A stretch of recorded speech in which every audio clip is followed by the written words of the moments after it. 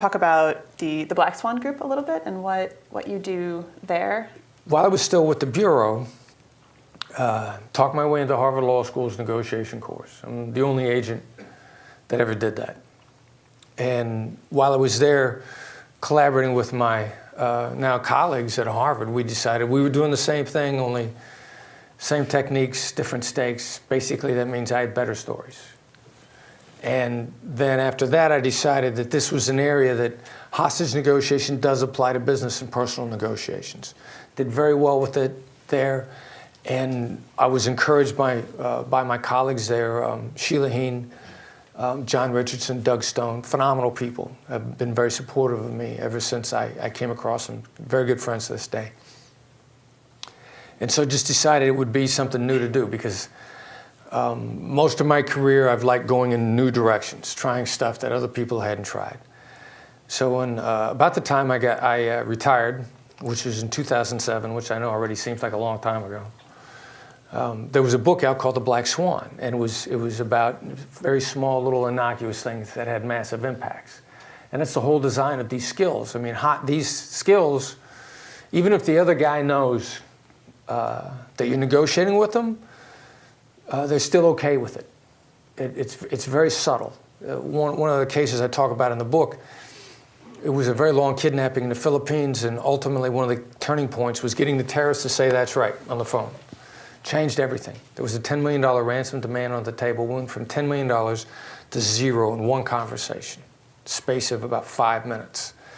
It had been going on for a while, and our negotiator got the bad guy to say that's right. And this was a bad, bad guy.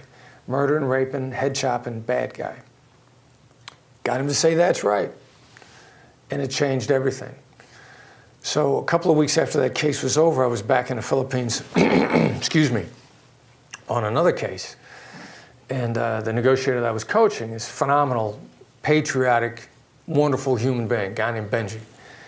He says, hey, you're never going to guess who called me on the phone 2 weeks ago. So I was like, I don't know. And he said it was our terrorist, a bad guy named Sabaya. He said, Sabaya called me. Really? What'd he say? Because he didn't know who Benji was. He just knew Benji had to be the government, military cop, some high-ranking official, but didn't know who he was. He said, hey, have you been promoted yet? I don't know what you said to me on the phone. I was going to kill Jeffrey.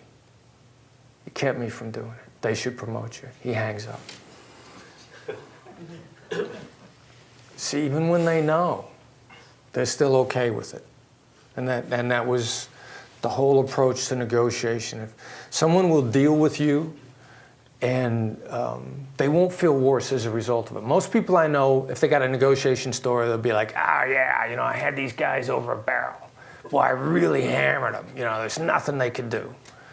Well, the problem with that kind of approach is if you hammer somebody in a negotiation, they're going to wait for the rest of their life to pay you back.